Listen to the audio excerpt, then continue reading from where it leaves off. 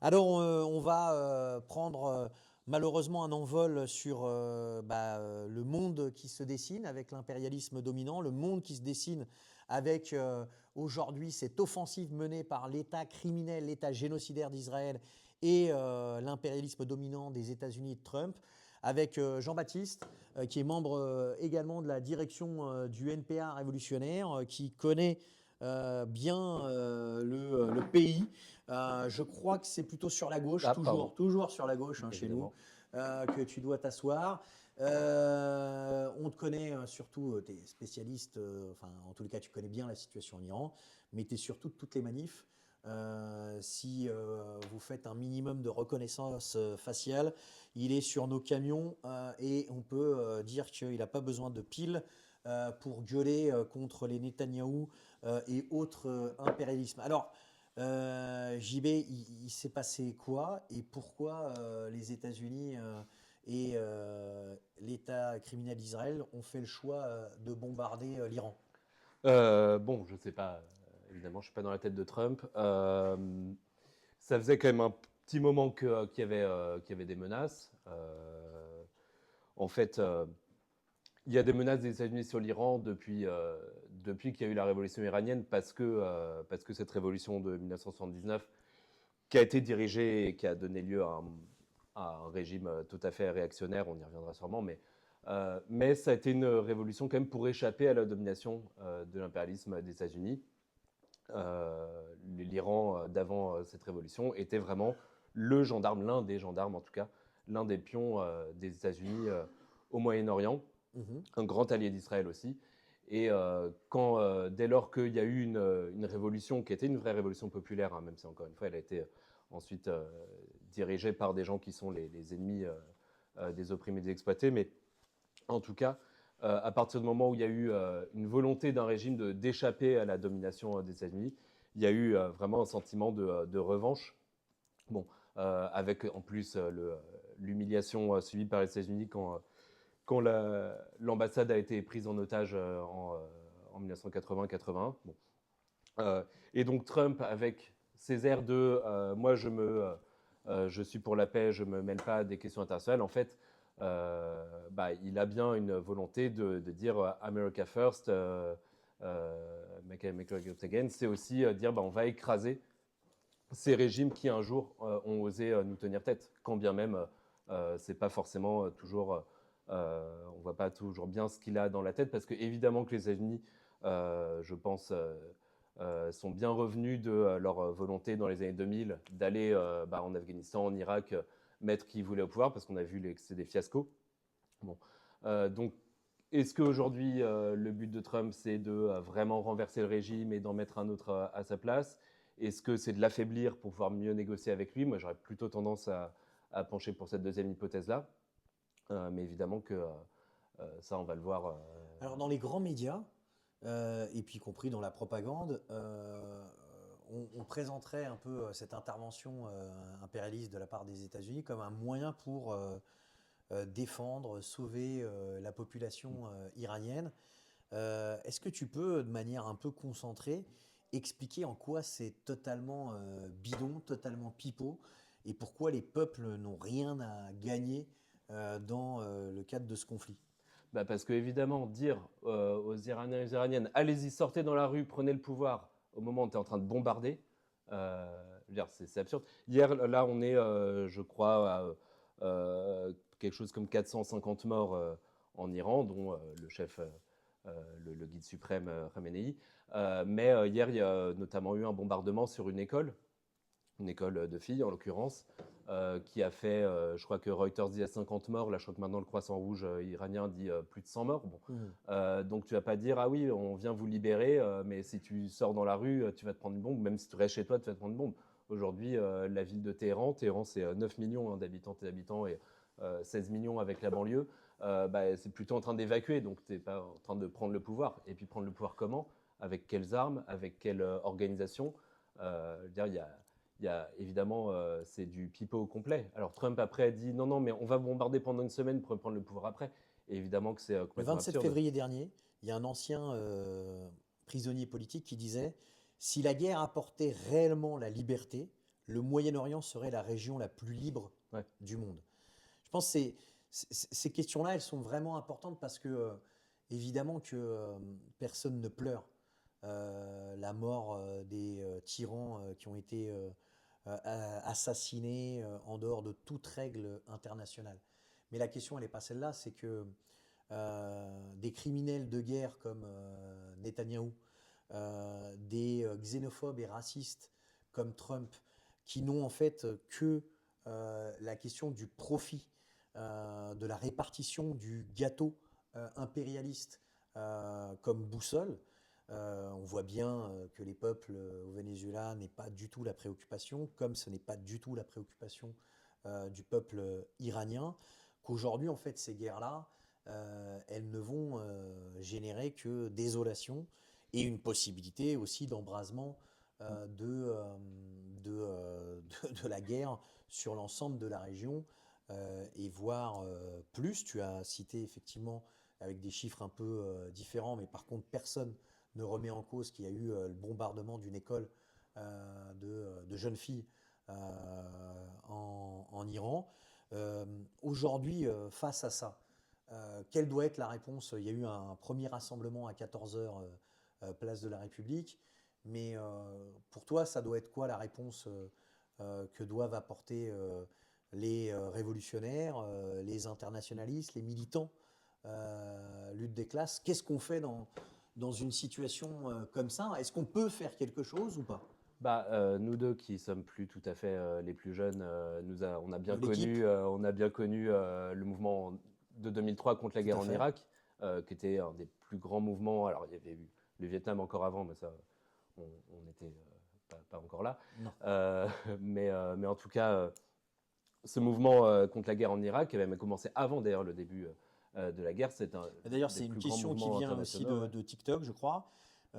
Qu'est-ce qu'on peut faire ici pour soutenir le peuple iranien? Donc, n'hésite pas à Bah, je répondre à pense ça. que, je pense que déjà manifester notre solidarité avec le peuple iranien, et donc en disant arrêt immédiat des bombardements, arrêt immédiat de toutes les interventions militaires, retrait y compris de toutes les armées en fait impérialistes de tous les pays. L'Iran, là, tu citais Van der Leyen au début, Ouais. qui s'offusque que l'Iran bombarde des bases des États-Unis à Bahreïn, aux Émirats, en Arabie Saoudite, mais déjà que fait l'armée des États-Unis dans ces pays-là, ou en Jordanie, tout comme l'armée française d'ailleurs. Hein. Donc déjà, se battre contre nos propres impérialismes en disant non, ces armées-là n'ont rien à faire. Et sans doute que la classe ouvrière iranienne, que les opprimés, les exploités, les femmes, les minorités nationales, la jeunesse, tout ça, ont déjà trouvé le chemin de la révolution, sauront le retrouver avec la solidarité évidemment internationale, mais sûrement pas sous les bombes et sous la mitraille des impérialistes qui voudraient leur imposer éventuellement un régime qui leur plairait davantage, mais évidemment sans, comme tu l'as dit, se soucier des intérêts de ces populations. Donc bien sûr, c'est déjà construisons. Il y a eu un rassemblement, enfin une manifestation aujourd'hui, mais qu'on continue à construire ce mouvement anti-guerre contre toutes les guerres Je impérialistes. m'arrête sur deux points que tu as donnés. Sur qu'est-ce qu'on peut faire. D'abord, c'est vrai que la question des bases américaines, souvent on donnait un peu l'impression que les bases américaines qu'il y a un peu partout en Europe, hein, pas que au Moyen-Orient, je veux dire, le fait de se retirer de l'OTAN, le fait d'exiger que ces bases américaines eh bien, n'existent pas dans les pays européens, c'est pas n'importe quoi. Moi, je suis d'origine andalouse. En fait, il y a eu des mouvements de bateaux américains pour soutenir en fait le dôme de fer qui a été percé. Je veux dire là, il y a des gens qui se rendent compte que la guerre, c'est pas que dans un sens. Des morts, c'est pas que dans un sens. Quand tu entames en fait un conflit armé, évidemment que ça veut dire des morts, quoi. La guerre, c'est des morts. Et c'est nos morts et leurs profits. Mais de Rota, donc qui est une base américaine qui est près de Cadix, dans le sud de l'État espagnol, deux bateaux antimissiles qui ont servi en fait d'appui. Voilà, bon, je le dis parce que souvent, hier, je crois que c'était l'équivalent des Césars dans l'État espagnol, les Goya, où Susan Sarandon a félicité le rôle de Pedro Sanchez face à la question de Gaza.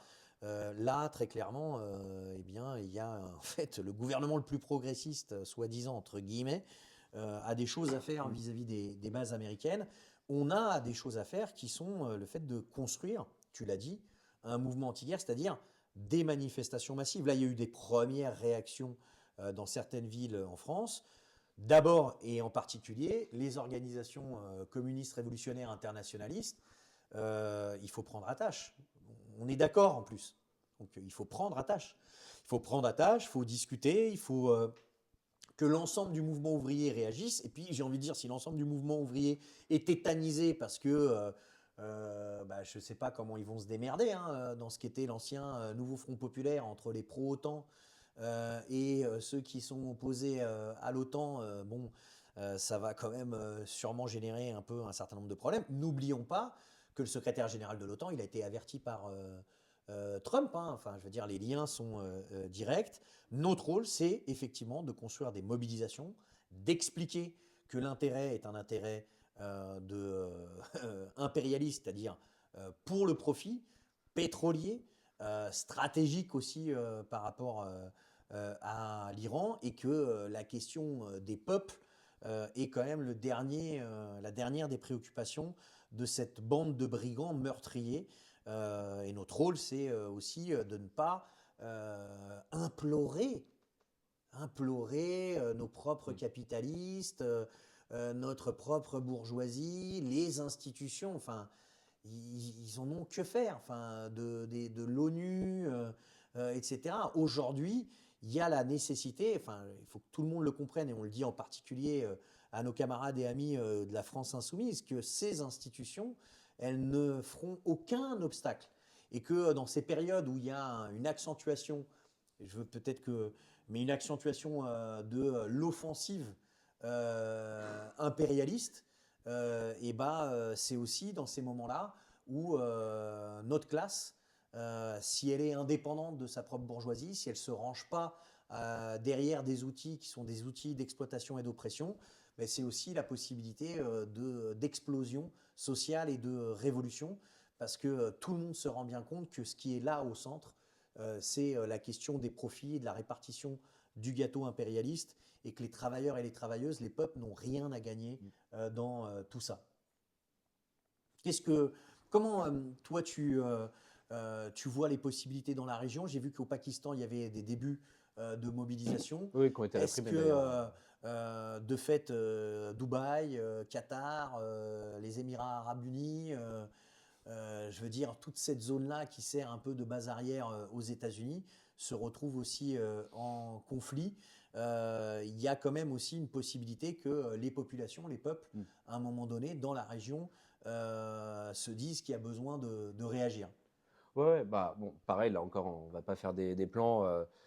C'est vrai que c'est des pays, les pays du Golfe, dans lesquels le mouvement ouvrier est très faible parce que c'est une énorme précarité. Hein. Le Qatar, les Émirats, c'est 90% de la population qui sont des travailleurs immigrés. On voit quelques riches influenceurs, mais enfin la grande majorité viennent de pays du Sud. C'est des travailleurs extrêmement précaires à qui on a confisqué leur passeport, qui peuvent se faire réprimer ou expulser à tout moment. Alors c'est vrai que c'est pas là qu'il y a les plus grandes facilités de révolte, même s'il y a des grandes concentrations ouvrières, et des grandes concentrations ouvrières, bah, ça peut toujours à un moment donné s'embraser. Mais enfin, on a bien vu, le Moyen-Orient est une région qui a connu des soulèvements, des révolutions, et il n'y a pas du tout de raison que ça ne vienne pas. Et l'Iran est souvent même justement du Moyen-Orient le pays en fait dans lequel il y a le cycle de mobilisation, de contestation est sans doute le Mhm. plus important. Hein, tu as eu là le mouvement de décembre-janvier dernier, très très fortement réprimé, au moins 7000 morts et peut-être même le double, triple. Bon, mais tu avais eu en 2022 le mouvement Femmes et Liberté, qui avait succédé à des soulèvements aussi contre la cherté de la vie en 2018-19 et 2019-20. Enfin, voilà, donc l'Iran aussi est une poudrière. D'ailleurs, c'est peut-être quelque chose aussi que Trump et que Netanyahou ont dans leur tête, hein, de dire on n'a pas envie que cette population-là, Qui se bat, qui qui se lutte. bat, voilà, donne des envies de se battre et de lutter ailleurs. Et et pourquoi pas même prenne son indépendance et renverse par elle-même le régime. Hmm. C'est trop incontrôlable. Donc l'idée aussi de bombarder maintenant que le mouvement était bien assommé, évidemment, par la répression du régime iranien. Donc maintenant où la population est quand même plutôt dans une période d'affaiblissement, même si on a vu des soubresauts, notamment avec les réouvertures des facs la semaine dernière. Bon, mais en tout cas, bombarder maintenant, c'est sans doute un moyen de dire, bon, on s'assure, entre guillemets, en tout cas, on essaie de ne pas prendre le risque qu'il puisse vraiment y avoir un nouveau soulèvement populaire et qu'on puisse plutôt s'entendre avec des gens, une partie au moins du régime avec qui on pourrait négocier une fois qu'on les a affaiblis. Mais évidemment qu'en Irak, il y a une contestation et des capacités de contestation qui sont importantes. Et puis évidemment que le Moyen-Orient, c'est la Palestine et que le peuple palestinien aussi montre des capacités de résistance et de lutte exemplaires depuis des décennies et qu'il y a une solidarité aussi entre ces peuples-là. Donc bien sûr qu'on peut toujours compter, espérer que oui, à un moment donné, ces peuples-là, ils vont trouver le chemin de la lutte. Ce qui manque évidemment là-bas, mais comme partout dans le monde, hein, c'est des organisations en fait, pour que justement tous les travailleurs qui ont fait des grèves, en 2021, c'était 4000 grèves ou actions ouvrières, par exemple en Iran, toutes les luttes qui existent dans les villes sur l'accès à l'eau, sur les services publics, la lutte contre les oppressions donc des femmes, des minorités nationales. Ce qui manque aujourd'hui, en fait, c'est même pas des militants et des militantes, parce que ça, il y en a, mais c'est une organisation qui les regroupe. Donc là aussi, alors nous, on est loin évidemment de ça, même si on a un peu des liens avec des militantes et militants de la diaspora en France et ailleurs. Mais évidemment, c'est aussi d'encourager l'organisation de manière indépendante, comme tu l'as dit. C'est des gens qui n'ont aucune confiance ni dans Trump, ni dans leur gouvernement, bien sûr, ni dans les régimes impérialistes, ni dans l'espèce de le fils par la vie qui est ressorti là un peu dans les médias, mais qui en fait a aucune assise réelle Je en ne sais Iran, pas quoi. si dans l'incruste, il y a l'appel justement qui vient d'organisations iraniennes, qui est l'appel qui a appelé au rassemblement à 14 heures. Je pense que ça vaudrait vraiment le coup qu'on le mette sur nos réseaux, parce qu'il est vraiment dans le sens dans lequel tu dis, sans tomber dans le piège. Je pense que c'est très important en fait de comprendre que il y a eu plein de mobilisations populaires de la jeunesse, très importantes, très profondes, et qu'il y a un enjeu aussi que nos organisations ouvrières, syndicales, révolutionnaires se lient au maximum avec toutes ces organisations et que le courage montré par le mouvement Femmes, Vie, Liberté en 2022, les mobilisations qu'il y a eu et la répression féroce, atroce des dernières mobilisations, eh bien, elles servent en fait à faire fructifier un outil, une forme d'organisation totalement indépendante des impérialistes, totalement indépendante des capitalistes. On voit bien qu'aujourd'hui, en fait, la main qui est celle de l'impérialisme états-unien, on n'est pas là pour juger ce qui peut être demandé par des peuples, mais cette main qui est une main dont la seule préoccupation est le profit, l'argent, l'exploitation, la répartition, je le redis, je le répète, du gâteau impérialiste, évidemment qu'elle ne peut pas, à un moment donné, te donner des armes ou t'appuyer pour l'émancipation ou pour en finir avec l'oppression. Elle veut, comme on l'a vu dans un certain nombre de pays, eh bien, juste montrer sa capacité à changer des régimes pour qu'elle continue à dominer. Juste peut-être pour continuer là-dessus, on va évidemment être dès demain en fait, vont se tenir des réunions de direction de notre organisation. On va discuter des propositions, mais il faut que partout, dans toutes les villes, que dans toutes nos interventions syndicales, politiques, associatives, puisque Trump se permet de dire que ça va durer. Mm. Que ça va durer. Trump se permet de dire qu'il ne faut pas de représailles.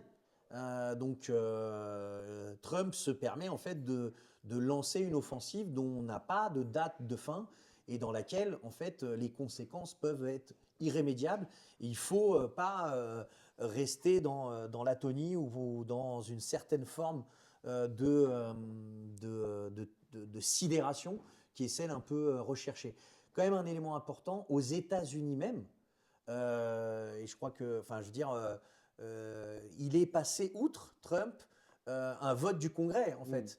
C'est-à-dire que cette offensive et cette fuite en avant qui apparaît comme une force, et c'est clair, de l'impérialisme dominant, génère, et on l'a bien vu avec les mobilisations contre l'ICE, la grève générale qu'il y a eu au Minnesota, mais crée aussi quand même des débats. Est-ce que tu peux en dire quelques mots au sein de la bourgeoisie et des capitalistes aux États-Unis? Bah, même au sein, après là, c'est ce que j'ai lu un peu rapidement dans la journée, hein, mais même au sein de ce qu'on appelle la sphère MAGA, hein, Ouais. les amis de Trump, il y en a pas mal quand même qui là sont très critiques de ça. Parce que justement, on disait, on croyait que c'était le repli des États-Unis sur eux-mêmes, et là, on va encore foutre la merde comme l'a fait Bush avant. Alors, peut-être de manière moins en s'engageant, pas de troupes au sol, etc. Mais enfin, en tout cas, c'est clairement remettre 10 balles dans la machine de la poudrière du Moyen-Orient. Je crois que c'est quelque chose qui déplaît. Bon, ça, c'est effectivement à l'intérieur de la bourgeoisie états-unienne, qui est sans doute pas homogène sur cette question-là, comme sur beaucoup d'autres. Je pense que aussi au niveau de la population, il y a quand même très très peu d'illusions sur le fait que ce serait une guerre juste. Il y a eu là pour l'instant déjà 3 morts parmi les soldats états-uniens. C'est pas énorme, c'est rien par rapport à ce qu'il y avait eu en Irak ou en Afghanistan, mais il peut aussi y avoir un moment donné où la population se dit aussi on n'a pas envie d'aller crever comme Vietnam ou ailleurs pour les intérêts de notre impérialisme. Bon, c'est quelque chose qui peut arriver. Je ne sais pas si on y est dès maintenant, mais je pense que c'est effectivement pas aujourd'hui une politique qui est hyper populaire, y compris aux États-Unis. En tous les cas, ça rend d'autant plus important la nécessité d'informer, la nécessité de construire des mobilisations indépendantes, la nécessité de se lier avec toute une série d'organisations iraniennes qui existent sur notre territoire et d'être absolument pas à la remorque de notre propre bourgeoisie, puisque l'ennemi principal reste sur notre terrain. Merci à toi, JB. Je pense que tu vas donner beaucoup de voix dans les jours qui viennent autour de ces manifestations et rassemblements. Merci à toi, JB. Okay.